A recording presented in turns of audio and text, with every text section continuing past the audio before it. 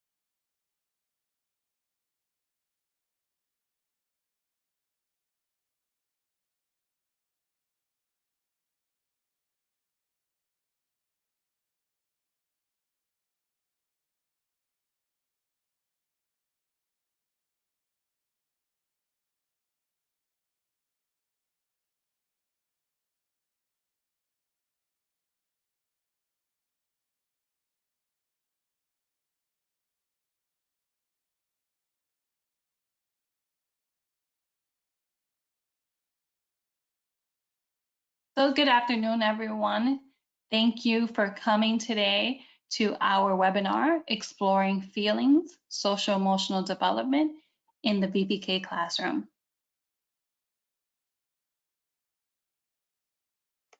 So my name is Deborah Cruz.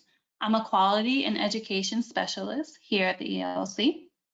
I've worked as a toddler teacher, a preschool teacher. I've also had the job of an education director in New York. I have a lot of experience in the classroom and outside of the classroom. My favorite age group is preschool. I also have a background in special education, and I've been coaching here in South Florida for about 3 years now.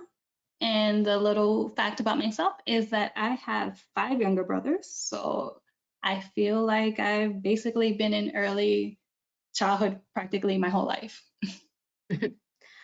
Hello, everybody. My name is Stephanie Templin, and I'm also a Quality and Education Coaching Specialist here with the ELC.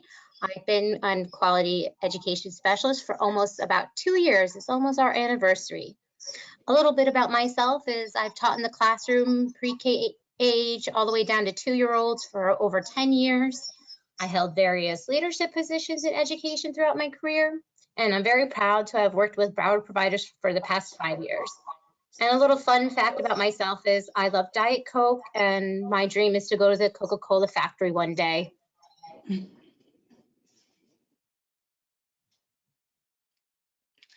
Okay, so before we get started, we just want to go over some of our housekeeping rules. Many of you are very familiar with them. The white arrow will expand to show the window pane, and you can see that on your screen. We also have the little symbol for the hand. So at any point during the conversation, if you want to raise that hand to speak, you can do so. We also have our questions box. This is where you'll be able to engage in conversation. We do ask that you keep that mute on, so just keep yourself muted to prevent any background noise. And you'll also see that we have a number of handouts today. You can feel free to download it now or wait later towards the end of the webinar. Okay, so just as a reminder that for the month of June, we are only offering in-service hours. If you would like to have any information regarding other stipend opportunities, feel free to go to our website. You will receive your certificate within 24 hours. It will be emailed to the email address that you registered. Many times you'll receive this before the end of the day. In order to be marked as attended, you must log in on the computer, or you can download the GoToWebinar app. Remember, if you call in and you do not register, then we cannot register that attendance. So rule of thumb, if you can't see the screen, then we unfortunately cannot see you. Okay, so we have our learning objectives for today. These are some of the things we hope that you're able to take away from the presentation. So how to create predictable and nurturing environments. So you'll see some examples throughout the presentation. How to support students in developing social emotional skills. How to make parents aware of social emotional challenges and prepare them with skills to use. So we do include in today's webinar parent portion that we hope that will be useful for you. And also providing educators with a variety of skills and techniques that can be implemented in their classrooms.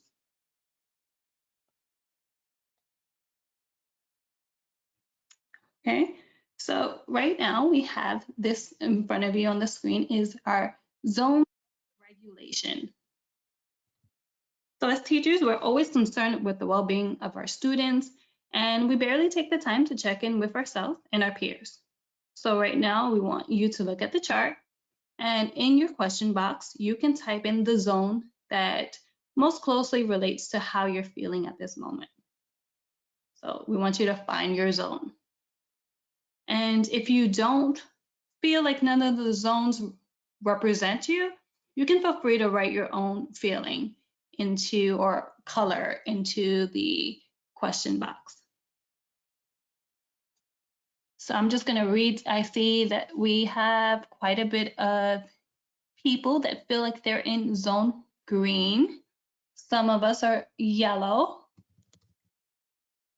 I'm seeing a lot of green, so that's a plus. That's great that everyone's so happy to be here. Yes. You guys aren't just done with webinars just yet, so that's great news. And we are seeing just a few yellows, so we're hoping that maybe after this webinar you might feel a little less anxious, and maybe you can take some information with you that will help you change your zone of regulation. And for anyone who maybe as they were looking at the zone, they didn't feel like it was listed, we want to remind you that as an adult, you're so capable of making those, you're capable of being able to express your emotions. And remember that children usually don't have that vocabulary to do so, and it can be very difficult for them to express their emotion when it's not provided. Okay, so also just take a moment to look at the slide before you.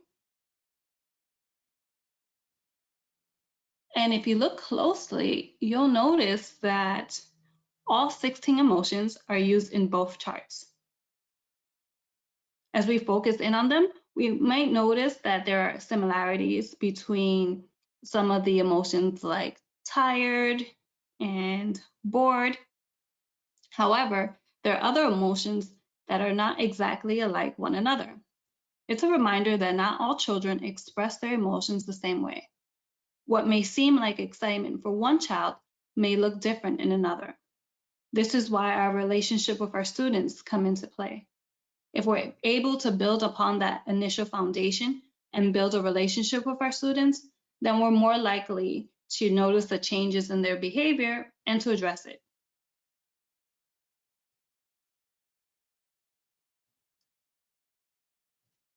So now we have our first poll for you today.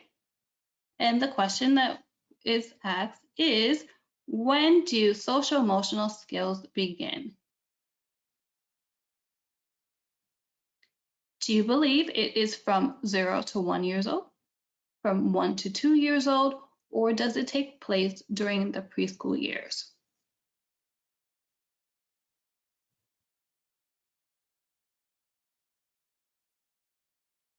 And we're going to keep that poll open for a few more moments so that you can feel free to join in. If for whatever reason your poll is not working, you can feel free to respond in the question box as well.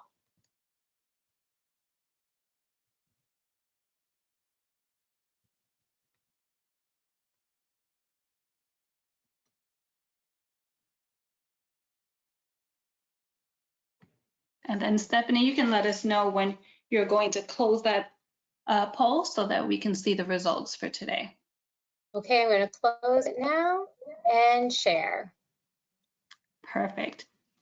So 8% believe that social emotional skills begin in the preschool years. 26% of you believed it starts from 1 to 2 years old, and 66% believes that it pretty much starts at birth. Okay, and so for those who chose 0 to 1 years old, you are indeed correct.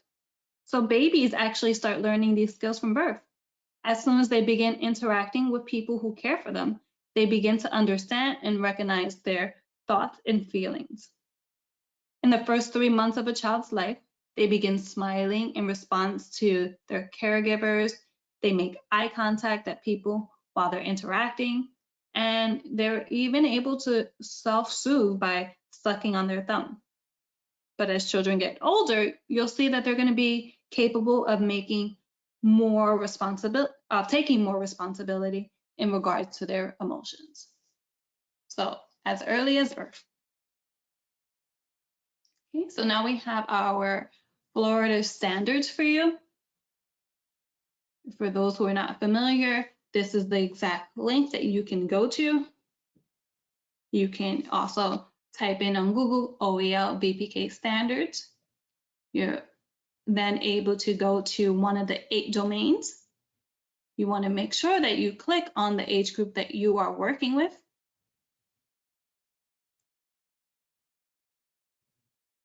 And then you're able to see some of the components and standards. For social emotional, there are a total of 4.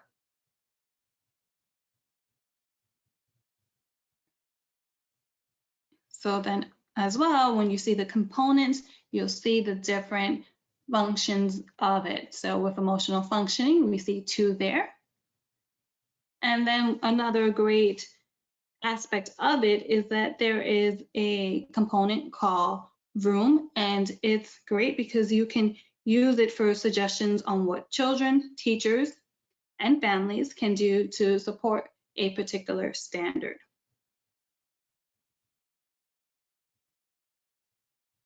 Okay, so right now we have a video clip that we would like you to see.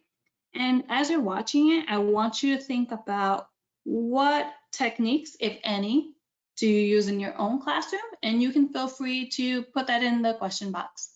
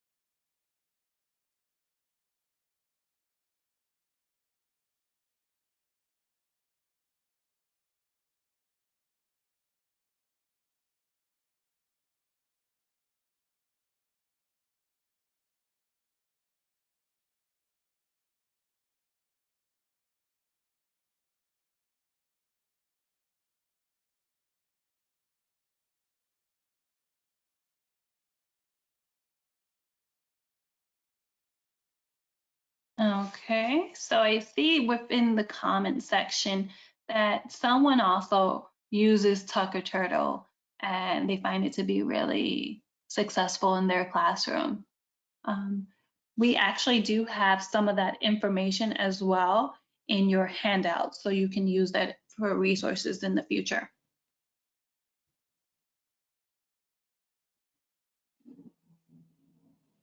Okay. So why do social and emotional skills matter? Children's social and emotional health affects their overall development and learning. Research indicates that children are mentally healthy, that they tend to be happier, they show greater motivation to learn, and they have more positive attitude towards school.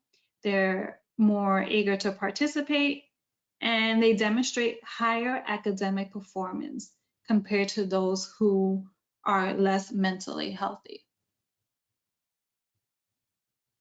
So those children who struggle with those emotional and social skills, what does that look like? Children who exhibit social and emotional difficulties, they tend to have trouble following directions and participating in learning activities. Compared with healthier peers, they may seem more likely to suffer rejection from their classmates. They might have low self-esteem, do poorly in school, and even in severe cases, they may be suspended.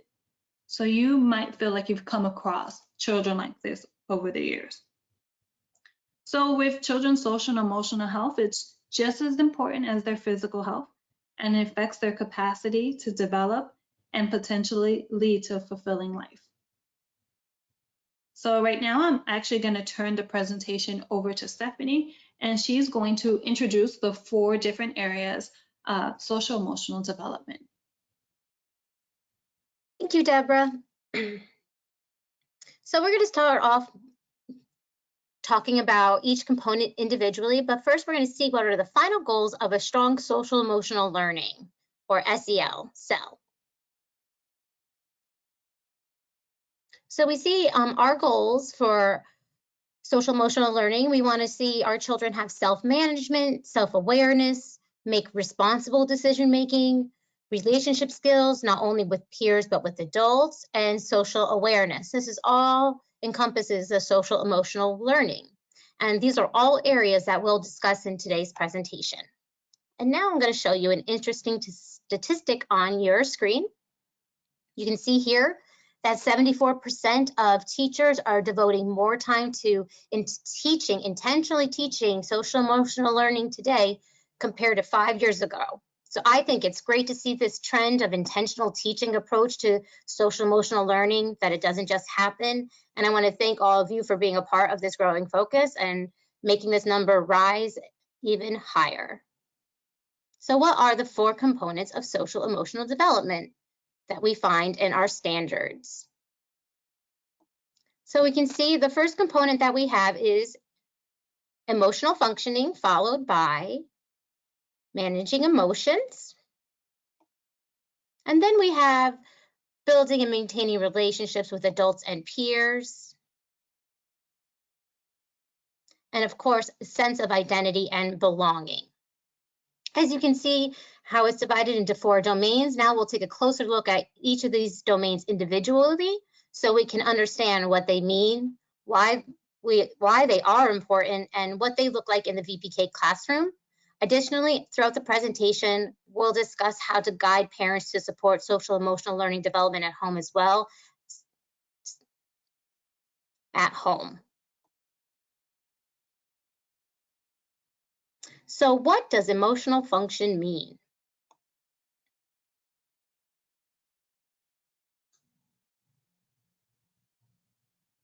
Children identify in simple and complex emotions. Emotional functioning means that we're looking for children to be able to recognize not only their own complex emotions, but the emotions of peers and respond to them with empathy and compassion.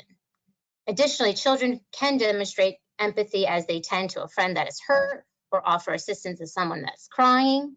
Empathy is observed through the use of words, gestures, and facial expressions used by the child. And again, we'll talk more about empathy further into our presentation. You'll see that it does connect to many of the components of the social emotional domain. So why is emotional functioning important? Well, it is important because emotions are the feelings that color our lives and allow us to experience all the joys and sorrows of life. So emotions color our lives and they help us enjoy the good times more and help us get through the tough times as well. But we need to know how to regulate them. So children's social and emotional health affects their overall learning and development, just as Deborah mentioned at the very beginning of our presentation. Additionally, children must learn to identify and label their emotions so they can appropriately respond to them. That will help them form relationships that they can relate to what they're feeling to other people. And then children need help in developing skills that allow them to respond to others in caring ways. They need help understanding and demonstrating empathy. So just to recap, children who exhibit social and emotional difficulties and emotional functioning tend to have trouble following directions, participating in learning activities, and having difficulty with cognitive processing such as attention, memory, and have trouble following directions. So their emotional well-being is completely diminished and their learning will suffer. So in other words, if you don't feel well, you can't learn well. That's why I was so excited we had so many greens today. And another thing I'd want to share with you is that research indicates that children who are mentally healthy tend to be happier, show greater motivation to learn, and have more positive attitude towards school. So we want to have that positive attitude towards school. So we really want to focus on emotional learning intentionally. So what does it look like in a classroom? What are the students doing? The students are recognizing their own emotions and managing to exhibit behaviors of control with and without adult support. And not only do students recognize themselves, they are able to label or copy expressions of other peers' faces. They can tell another peer, they can look at their face and say, "You look sad." And then, of course, they can always assist a peer who is upset by giving them a hug, sharing a toy. They're always looking for opportunities to assist peers when possible.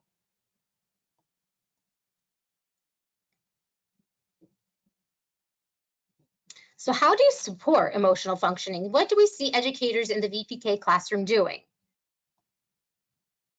Well, with emotional functioning in the classroom, we see a lot of modeling with the teachers.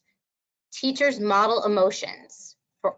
For example, you can say, "I'm feeling frustrated because I can't find the book I want to read at group time. I'm going to take 3 deep breaths to calm down, then choose a different book so we can continue." So you can see how the teacher stated how she was feeling, chose a regulation technique, and then solved her problem, all through modeling. And also, while modeling, teachers should give special attention on verbalizing empathy. For example, "I can see Jasmine feels sad, so I'm going to comfort her." Or, "What do you think will make her feel better?" We also want to help children express their feelings as they play with other children, pretend with toys, and listen to stories. And we want to identify those triggers. What makes a child happy or frustrated? Additionally, in the classroom, we'll see teachers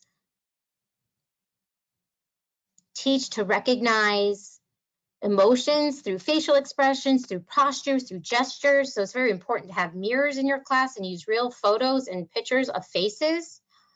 We also, educators help recognize kindful interactions among the children. And of course, we're going to read lots of books that illustrate various emotions. And you can see here we have a Tucker Turtle being read to by a teacher. And you have Tucker Turtle in your handouts, as Deborah mentioned. So we also need to make sure our families are our partners. So how can families help support our students with this emotional functioning? Well, at home, they can help their children identify using emotions, using those feeling words, and you can encourage them by expanding the vocabulary just beyond happy, sad, mad, Maybe you can send home a little emotions wheel just to give them a vocabulary to work on at home. You can encourage the parents to identify what triggers the child's emotional state at home as well. What makes them happy? What makes them really frustrated? This will help the parents be proactive rather than reactive to their children. And then we want our parents to be empathizing with their children, so they can talk about the feelings of others. Really nice and simple, just talking about the feelings of others. And of course, lastly, we want to make sure that we are reading stories that can build background knowledge about emotions and feelings.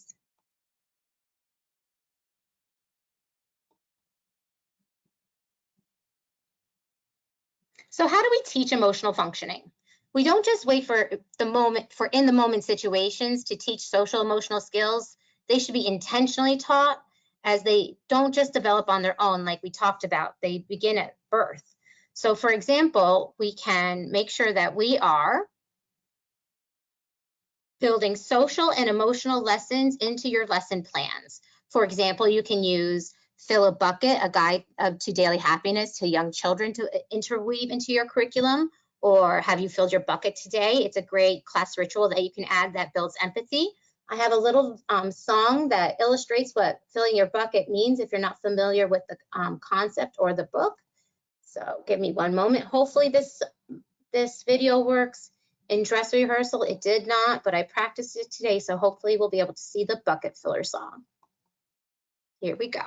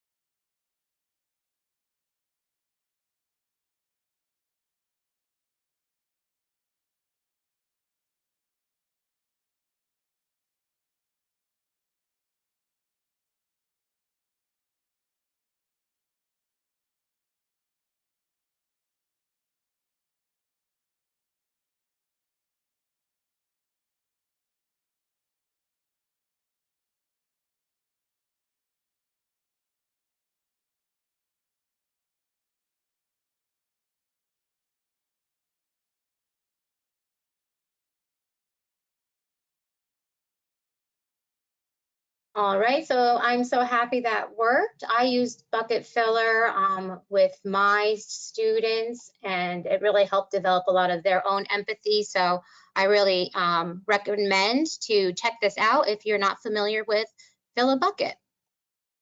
But in addition to building intentional and social emotional lessons into your lesson plans,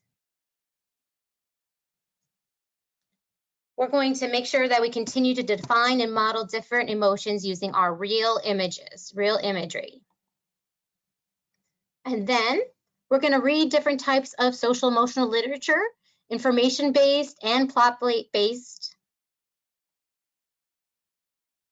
And then, of course, like we mentioned previously, to teach emotional functioning, continue to model empathy. It is very beneficial because it helps them build a sense of security and a stronger relationships with other children and the educators in their life. So this positions them really well for learning. It encourages tolerance and acceptance of others, so children are focused more on the learning objectives and activities rather than social and emotional conflicts. And I'm sure you're doing this already in your class, because when you just ask simple questions that encourage the consideration of another's feelings, you're building empathy, and empathy is something that we can always use more of in this world, as well as our classrooms. So how do we support emotional functioning in the classroom? Well, we can enhance it with many different tools and techniques.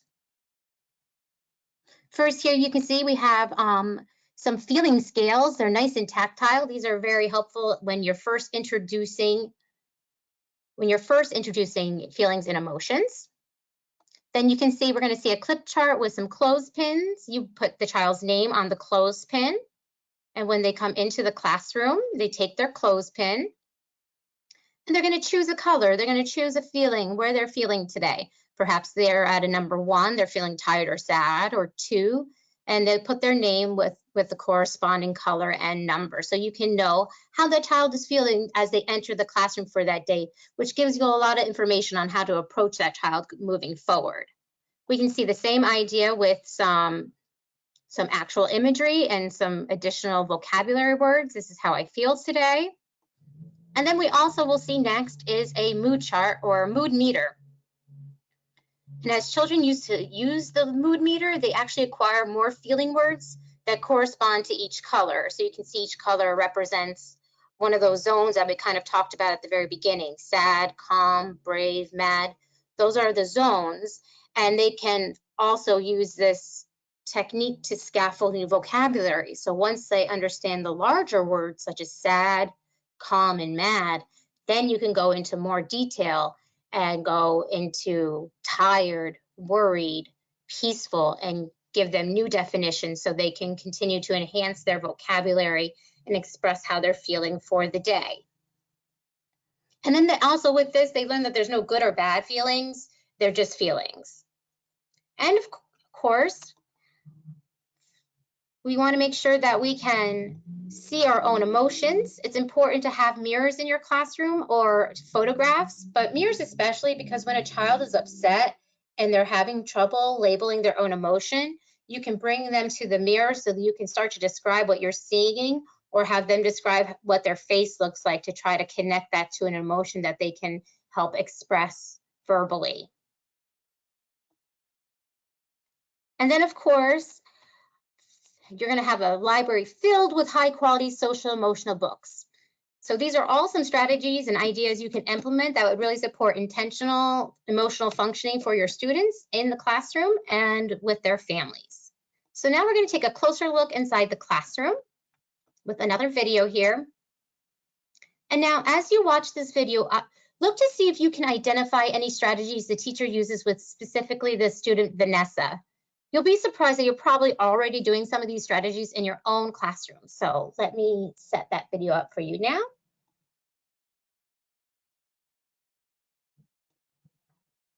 It's called Guiding Children in Expressing Their Emotions.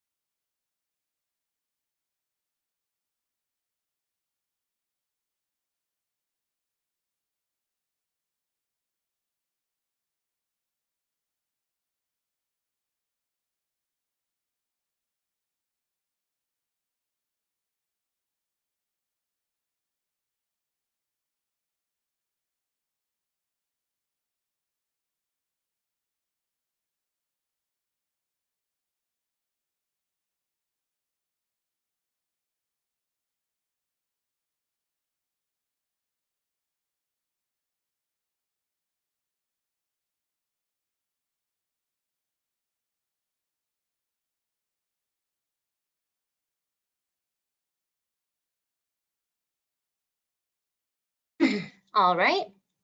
So we asked you, as you watch the video, to look and see if you can identify any strategies that the teachers used, either with that student Vanessa or throughout the video. So I'll give you a moment if you want to throw in some ideas of some different strategies that you may have saw or that you do in your own classroom.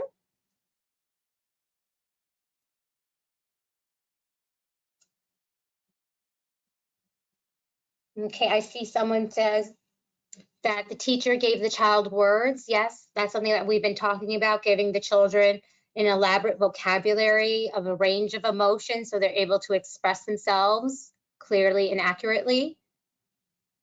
And the teacher shared the same feeling. I think that is so important. It's important for children to know that people can have the same feelings and then there's a stronger sense of understanding and a lot of vocabulary, and then redirection as well for a more appropriate activity. Oh, you guys have great things, lots of ideas coming in.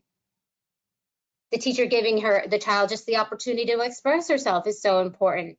Yes, sometimes we don't have that time to give her the time to express themselves. We say, you're going to be okay, because it's such an easy automatic reaction, but it's so important to go beyond the you're going to be okay and really have the child express not only they're upset, but why they're upset. And yes, she really did have a great support for that child too. All great observations. So thank you so much for being so attentive to that video. So we're going to move on to our next component. So now that we know what to call emotions, now we're going to focus on managing our emotions.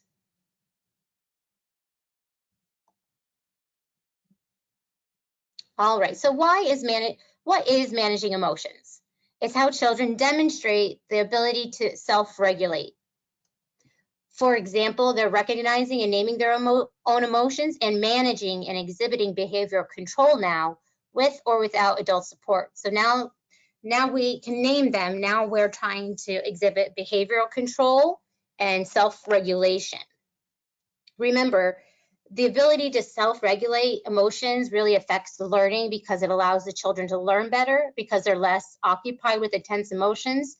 So the time that you take into putting in this vocabulary and this expression and giving your children regulation techniques will really be rewarding in the end.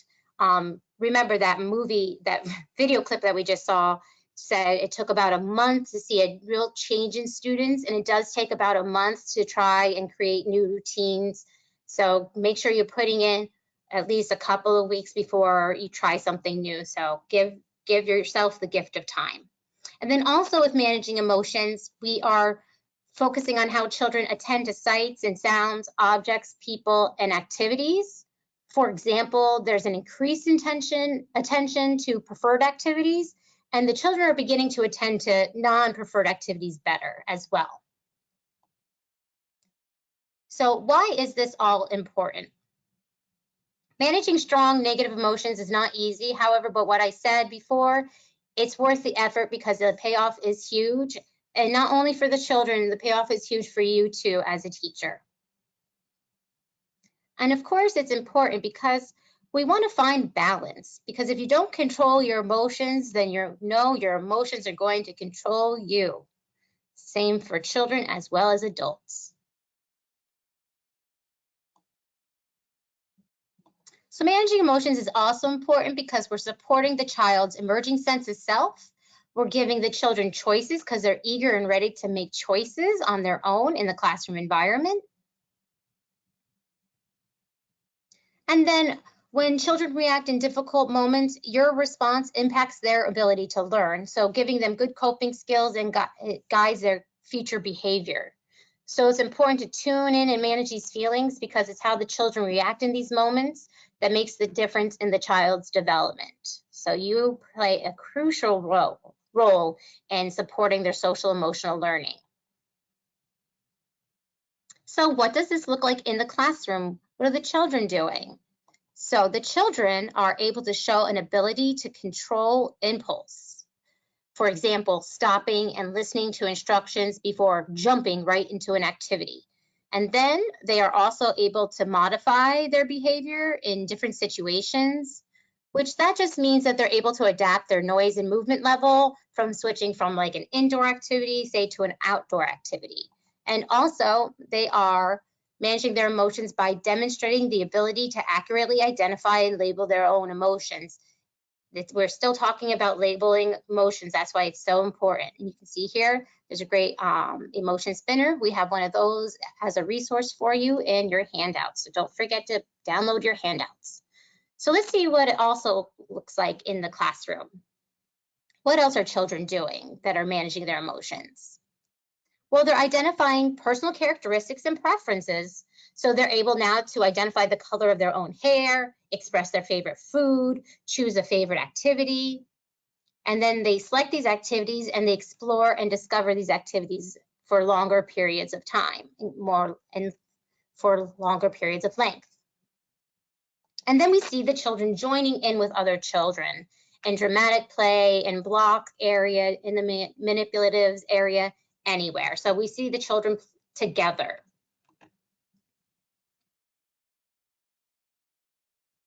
So how do you support managing emotions? Let's see what it looks like in the classroom. Well, teachers lead active calming techniques and visually display them for children to use. You can see this information taken from Conscious Discipline by Dr. Becky Bailey here, is all different ways of breathing techniques. We need to give the children skills to help them make good decisions when they're upset. So we start with techniques that you're familiar with, such as just counting to 10 or taking a deep breath. And because getting enough oxygen permits us to access the higher centers of our brain that house the executive skills like impulse control and empathy and flexibility. So if we want to get the children back to that mindset, we need to have them breathe and get some oxygen back into their body. Let's see what else is happening in the classroom. So educators, we're also going to model facial and verbal expressions and identify what triggers that child's emotional state. We're still looking out for that. We still need to be detectives and know those triggers. And we need to also know what they do well and what they need help doing so we can be proactive,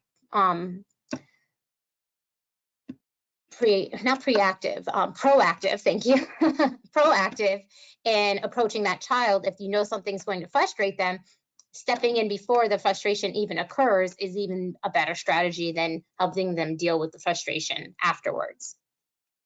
And then we're going to plan a variety of activities for the children to participate in daily while learning new concepts and skills. So we're going to have all those centers open, and we're going to give the children free choice in the centers.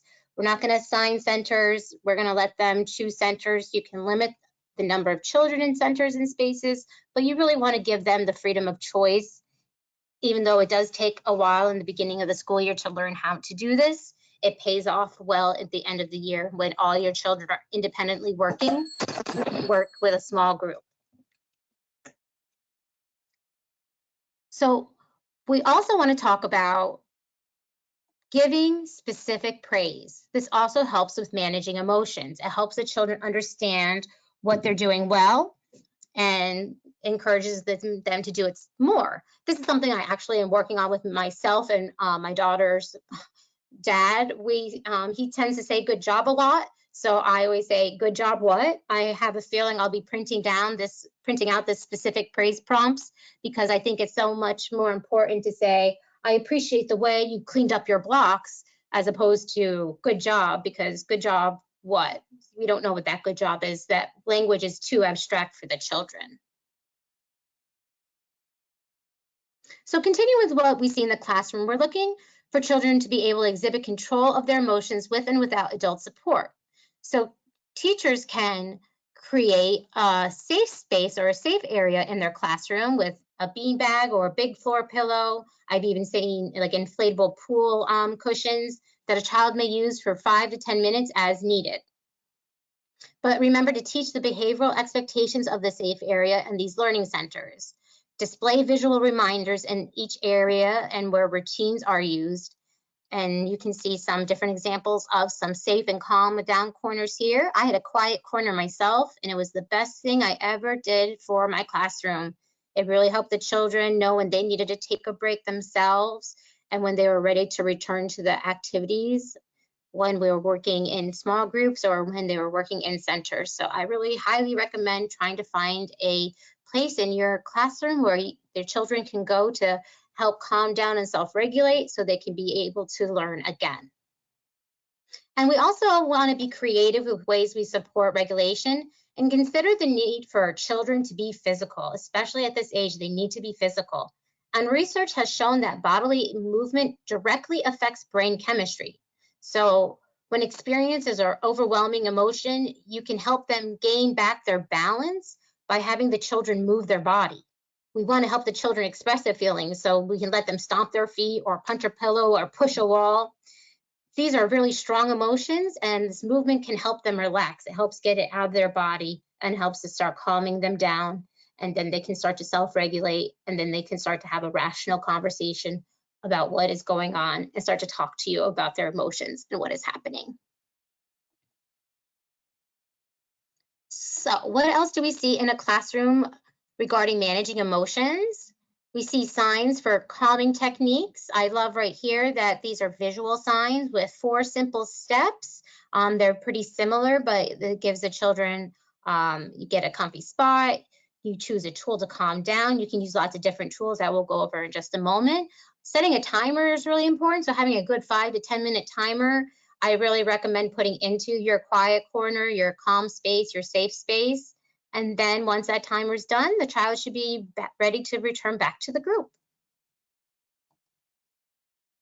And then also we want to make sure that there are charts and routines posted everywhere in the classroom, especially in high traffic areas, so they're seen and the children know exactly what is expected of them. So there's no confusion. So there's no room for them to run around in a circle because they know that they have to go hang up their backpack. And we want to create problem solvers. So these are great solution cards that are also in your handout for today. And they provide different solutions for the children that they can choose when they're in conflict. They can go find a teacher, they can ask to share, they can get a timer. So these are really great solution cards to implement into your classroom as well. So what can our parents do to help support managing emotions with our students? Well, they can continue to identify the triggers of the child's emotional state and identify what children can do well and what they need help to doing, and provide choices at home. Really encourage parents to give choices to their children at home and celebrate their accomplishments with specific feedback, just as we ask you to celebrate the students' accomplishments with specific feedback. It's not easy. They may need some visual support, like a little list, for example, but once that happens, the child knows what is expected of them, so their behavior is much more acceptable and easier for them to control. And lastly, we want to encourage our parents to read books on what to do when you're having strong emotions, such as Calm Down Little Monkey, that give children strategies to use when upset. So how do we go about teaching managing emotions? Seems like a daunting task. So feelings are not right or wrong, and it's what you do with your feelings that can be helpful or hurtful. So what's most important is that you tune into your own feelings so that you can make a conscious decision versus a knee-jerk reaction about how to best respond to the children. So you want to tune into your feelings first. And then you want, oh, sorry, the slides are going a little fast today, which is a good thing. Usually they're a little slow. So we're going to tune in and validate the child and then set limits and provide choices. For example, we're going to say, I know you're sad and angry that Liam has to go, and you have so much fun playing with him. It's always hard when a play date ends, but you will be okay. I like that they say you will be okay, not that you are okay. It's so easy to say you're okay, but they're not okay, but they will be okay. It is important to communicate that you have the confidence in them that they can handle difficult feelings, because if you swoop in and make it all better, then you accidentally send the message that the child can't handle disappointment, which makes them less likely to learn this important skill of accepting and understanding disappointment. And then also we're going to acknowledge the emotions and provide boundaries. It's okay to be sad and angry, but it's not okay to kick. Kicking hurts. I know you don't want to hurt me. You're just having a hard time controlling your body because you're upset. So your choice is, and you can give them choices. And then you can also experiment with different approaches depending on the child's temperament. What works for one child might not work with another one. But what's really important here is that you help steer them away from intense emotions that take over their functioning. There's no sense in talking about consequences or appropriate behavior if they simply can't process because they're overtaken with a tantrum of emotions because that flight or fight part of the brain has been activated. But when the child is calm, then you can talk and ask, why do you think you made that choice? And you can say, what made you feel that way? And now we're going to review just some things that we can put into our classroom environment here. We talked about having visuals set up around the classroom, and then some ways that we can regulate emotions. We can use a pinwheel for breathing techniques, bubbles, sensory bottles, as well as a calm down kit, which is, coloring is another good one, artwork, and a calm down kit, which you can even bring out to the playground, which would be great. So they have the tools they need necessary to calm down in the playground as well as at home. So now I'm going to pass on the presentation to Deborah. She's going to speak about developing relationships with adults and peers. Okay, thank you. Sorry about that. So we have exactly building and maintaining relationships with adults and peers.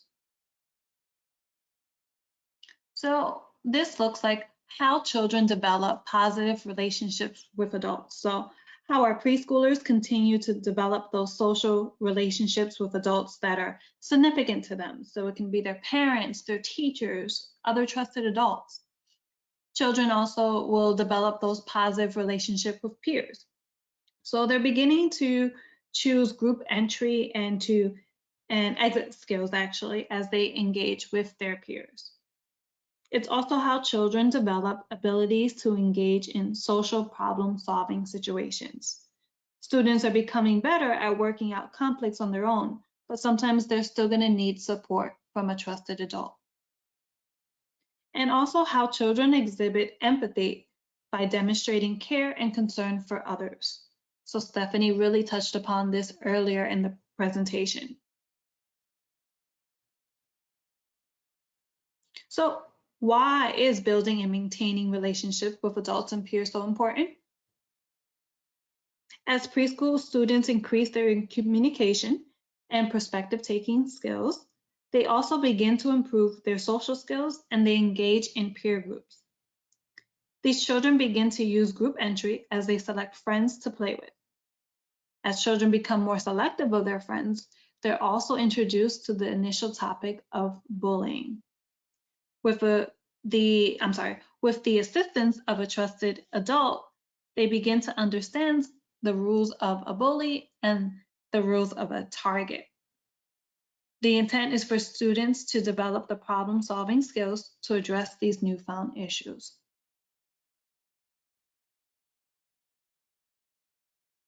So what does building and maintaining relationship with adults and peers look like in a classroom? As a teacher, you have many opportunities to witness how your students develop and maintain their relationship with others. You might notice that children with strong relationships, these are some of the things that you might notice. You might see that children enter the classroom and they greet the teacher with ease. They show affection to an educator or a caregiver. You might also notice that children help their friends put blocks away or show cooperative playing. They may also assist a peer when that child is hurt. So they'll use helpful words to express frustration and anger, like, oh, I don't like when you cut in front of me. Please wait your turn. So how do we teach building these type of relationships? Well, one thing we can do is that we can greet each child by name every morning and also make sure that we say goodbye to them at the end of the day. We can also introduce children to other adults in the facility. So it can be other teachers, the director, possibly the maintenance person or the cook. We want to make sure that we talk regularly with children and that each child in the classroom has a relationship with at least one other adult. We want to teach children how to initiate activities as well. So you might model some statements like, let's play in the blocks, or do you want to paint? We want to encourage children to use language to express their own wants and needs. And we might also want to use role playing. And demonstrate skills like taking turns or expressing frustration with a friend. Okay, so we're actually going to watch another video. And as you're watching the video, the question we posed are, what are some things the teacher says or does to address the conflict in the classroom? And as you're watching this, you might see that this is very familiar to things that go on in your own classroom.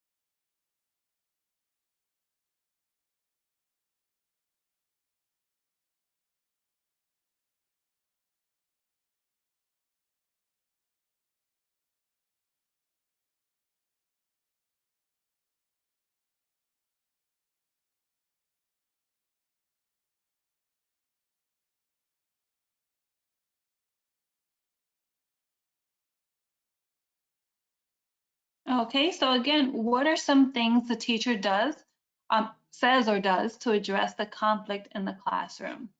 So what were some things that you noticed throughout the video? And again, you can feel free to respond to that in the question box.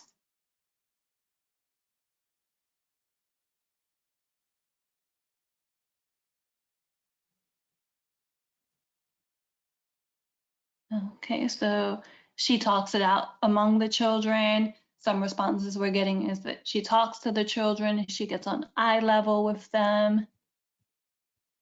She repeats after the children's behavior.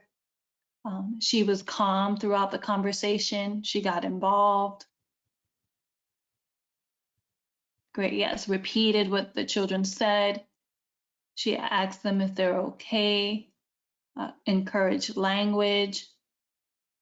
Yep, I also noticed that getting on eye level.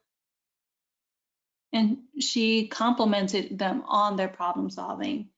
So yes, thank you so much for all the feedback, everyone. So what are some visuals that you could use in your own classroom? A great way to greet your students in the morning is to create an individualized greeting. So you can do something similar to this, or some teachers have added dancing or a thumbs up in their greeting. And now with COVID-19 changing our physical interactions, we can alter some movements to include things like air hug or tapping the elbows together. These individualized greetings allows a child the time to welcome that child on their level of comfort. And it gives you a brief opportunity to check in with each child as they enter, engage their emotions. You might also want to use a problem-solving chart. So this one has excellent prompts that children can use for having conflicts. And you want to make sure it's showcased in the room so that children can use it throughout the day. So we have a quick poll for you to take today, and it states, which strategy is most successful at increasing parent communication at your school? So what are some of the things that you use? Deborah, we're going to have to ask our participants to please put it into the question box. No If they use email, special events, daily, weekly, verbal check-ins, or social media apps. All right, so what are some of those techniques that you use? Again, like Stephanie said, do you use email? Do you communicate mostly when there's just special events like a family night or some type of celebration? Do you use mostly weekly or verbal check-in or social media apps? And I see that majority of the people are saying that they use email. I do see a few social media apps. There are some verbal check-ins, communication all the time, weekly and daily emails, during drop-off and pickup, verbal check-ins, email apps. Okay, so it seems that we have pretty much a mix of every single strategy. So thank you for that. So based on whatever strategy that works best for you, this is a way to get your parents and those family members involved. So you want to make sure you ask parents to provide personal photos for children's use in the classroom. Can be like family trees, things like that. You can make sure you develop those goodbye routines. You want to include children in those household chores. So as parents, they can make sure they do age appropriate activities like cleaning up their toys or sorting socks. You want to make sure parents encourage children to use language to express their own wants and needs. So it's important to do this at home and at school. Play games with children so they learn about cooperating and considering others. And of course, again, we want to read stories to children about their friends. So the parents can do this at home as well. And sense of identity and belonging. So what is this? It's when children develop sense of identity and belonging through play. So they engage in associate play. Also, when children develop sense of identity and belonging through exploration. So children persist in individual planned experiences. When children develop sense of identity and belonging through their routines, their rituals, and their interactions with others, and also through their self-awareness and independence. So at this point, children begin to identify themselves as a unique member of a group. So why is this important? There is more of a sense of independence for students as they begin to understand their own wants, needs, and they're able to vocalize that. And what does it look like in a classroom? So it's when you see children beginning to assign roles in the dramatic play center. So you might hear statements like, I'm going to be the mom and you're going to be the baby. They work on self-selected activities that they find difficult. So this may be things like working on puzzles or cutting.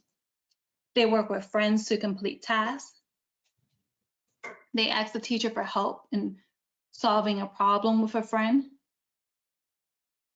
You might also notice that they adapt to changes in the schedule. And children at this age, they may start to notice the color of their skin, their hair, their eyes, different language and customs. So kids begin to notice those physical differences and similarities between themselves and their peers and adults. So how can we teach sense of identity and belonging? So we might provide time in the daily schedule for child choice, like the center time and outdoor play. We also want to make sure that we display work of our students. We also want to display clear visual reminders for the routines in the area. So like there is a hand washing routine posted by the sink.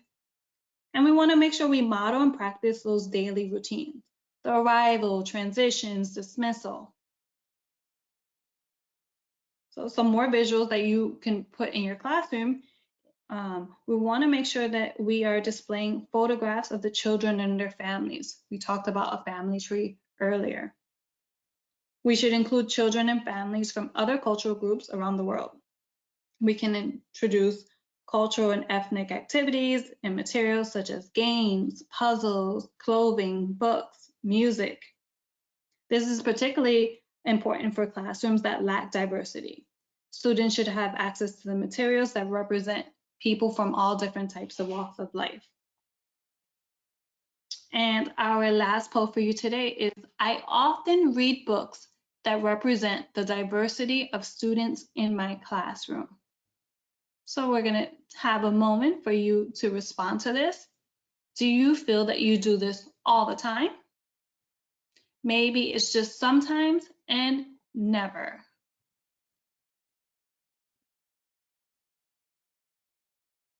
So again, just take another moment or so to respond to this before we are able to close the poll for today.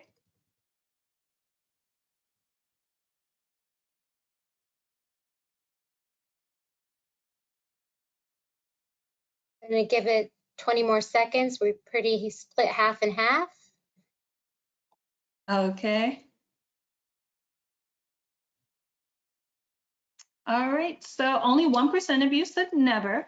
47% said sometimes. So sometimes I read those books on diversity in my classroom, and another 52% of you said always. So that's really great feedback, and we hope that you continue to do that some more. And then for some of you who are at the sometimes or never, that you try to implement this in your classroom.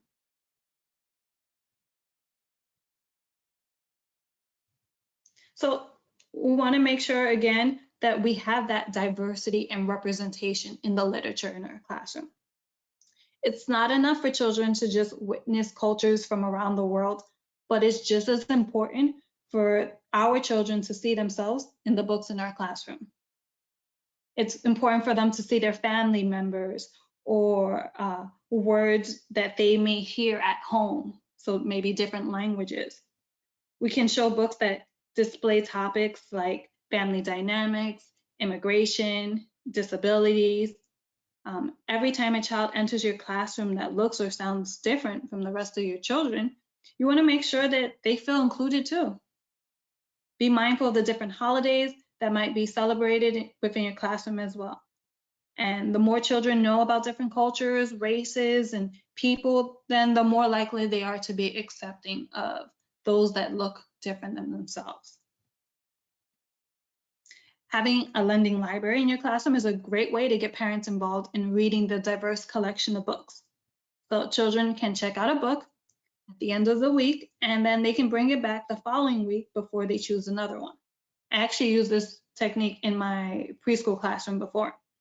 So parents can then engage in conversation and they read to their children about the characters and the places that connect to their own home environment. Okay, so then we also have additional books on social emotional feelings. You might have read many of these before or are familiar with some of them. So besides focusing on the culture and diversity, make sure that your classroom is filled with a wide range of books that focus on emotions as well. And then songs about emotions. As Stephanie and I were developing this presentation, we began to think about nursery rhymes and other songs, and we noticed that there weren't too many about emotions. So one that we think that is a great one that we found is called These Are My Feelings. And we're just gonna play 1 minute of that just for the sake of time. You can feel free to look up this song on YouTube as well. It's called, again, These Are My Feelings. And we'll see if we can get that to play.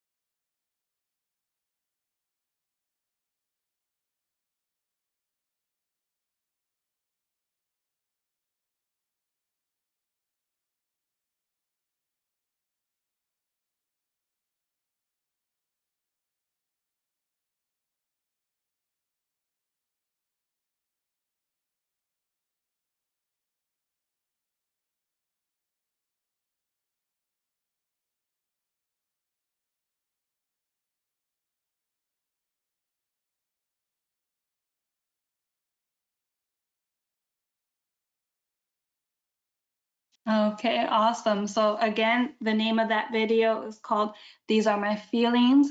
I really like it. It's upbeat. It has repetition, so I can see it being something that a lot of the children would really enjoy as well. So don't forget about the social emotional activities. So we have a few simple ones listed for you today. So ball games. So ball games are a pretty simple way for younger children to build relationships. They can roll a ball back and forth as a way of initiating play. And then for older children, they can play in a larger group and say each other's names before rolling the ball or throwing it back again. Role play. I'm sure this is really popular in your own classroom.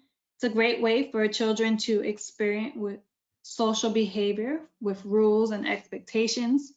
So children really enjoy acting out what they know, such as cooking and eating dinner together, but they also might experience with social risky behaviors like bad guys or star troopers.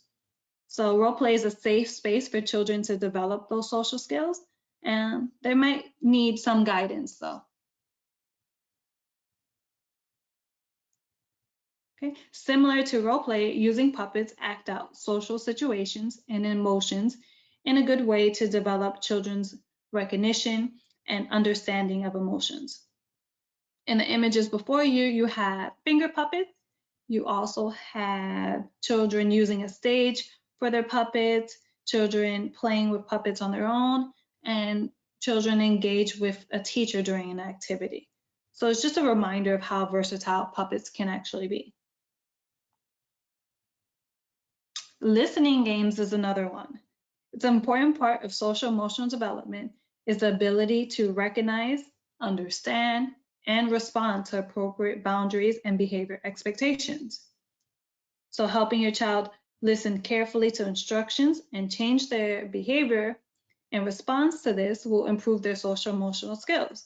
So games like Simon Says, Red Light, Green Light, and Freeze Dance can allow children to practice listening skills, follow instructions, and change their behavior in line with those expectations. Board games is another one. They're ideal for children to experience turn taking as well as winning and losing, which we know is very difficult for some of our kids, and those emotions that are involved. So there are many educational games on the market for preschoolers, and just for them to, again, encourage those rules to take turns and play in friendly games. And sport. So we want to make sure that we're encouraging an active lifestyle and an opportunity for those social emotional development skills. Children are able to form bonds, they're able to communicate and work together for a common goal. Okay, so this last activity is actually a bit more for your parents to use and a suggestion for them. So just like we do in books, we can encourage our parents to watch shows or movies with children and to ask them questions throughout. So they can discuss the emotions of the characters and why he or she was feeling that way, or why did the character feel that way, or how would you feel if it happened to you? So there's no reason why parents can make screen time to still be interactive and educational. So we're pretty much at the end of the presentation. I'm going to turn it back to Stephanie as she wraps up the end of the webinar.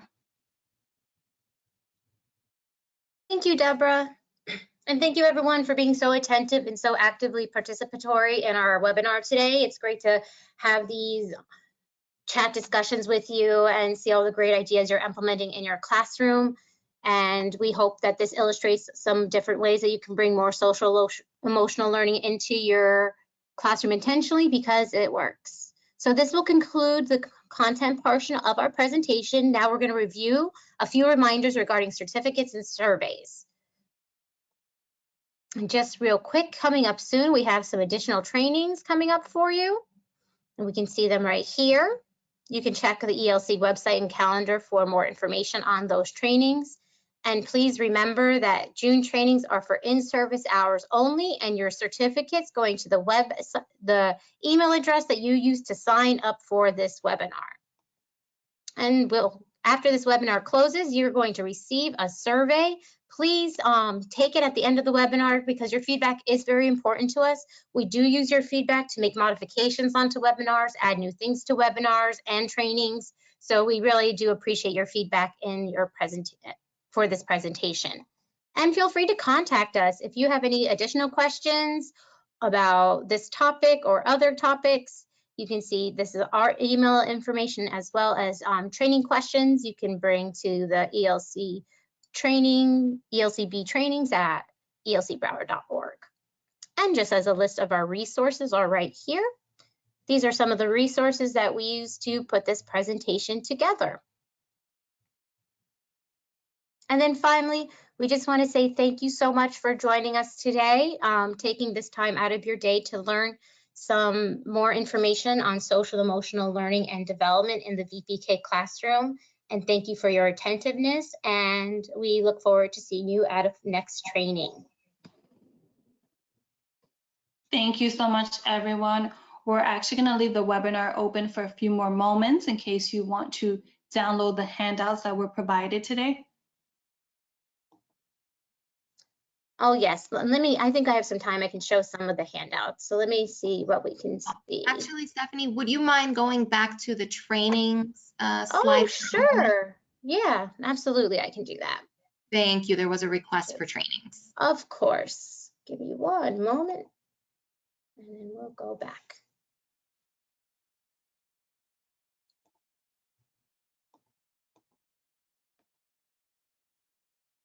All right, it should be there on the next slide, I think.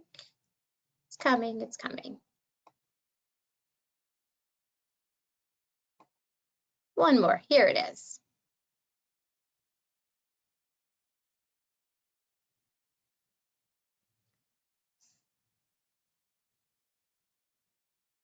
So here are the trainings that are coming up soon.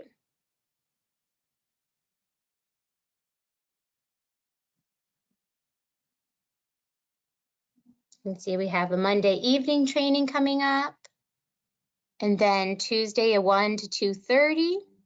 Wednesday we have another 1 to 2:30, and Thursday we have another 1 to 2:30 on various topics. And Stephanie, after that, could you possibly go back to both slides on the books for social. Yes, There was absolutely. a request for that. The one on diversity, so I feel like that person might be able to take a picture, and the one on social emotional. Okay, Yeah. we're getting there.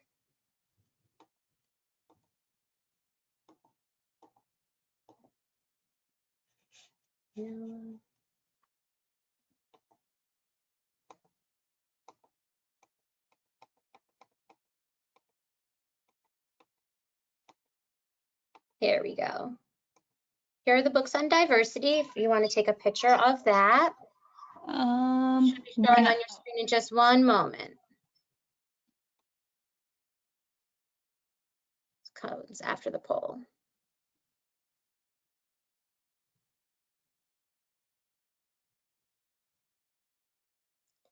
It's on its way, I promise. It's just a bit of a delay. There you go. It's just a delay with so many people on our webinar. Here are the diversity and representation in literature slide.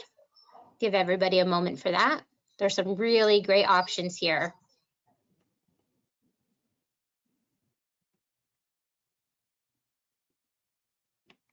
All right, give everybody another couple seconds. Grab a snapshot with your camera if you want. And then for some of the social emotional books that we have, here's some great ones to start with. Someone asked for a copy of the presentation. Unfortunately, we cannot give a copy of the presentation. However, our presentations will be on the ELC website. So in about maybe a week or so, you should be able to have access to it. So it'll have a live webinar there. Recorded webinar. Recording, exactly.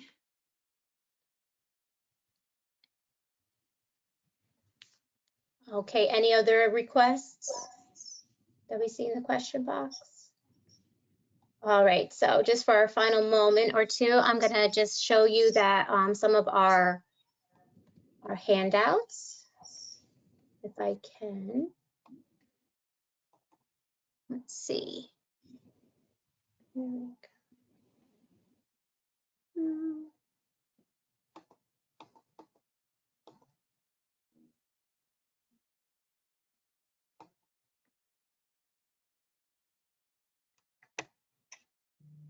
Oh, it doesn't seem to be quite working. All right, well, we're running out of our time anyway, so please just download them. There's pyramid solution cards, some social emotional learning resources, some specific feedback starters, my favorite, which I'm going to download myself and print out, and social emotional problem solving tips. So please take those resources and bring them into your classroom. I'm going to end the webinar now so the survey will pop up. Thank you, everyone. Have a wonderful, wonderful day and a great weekend.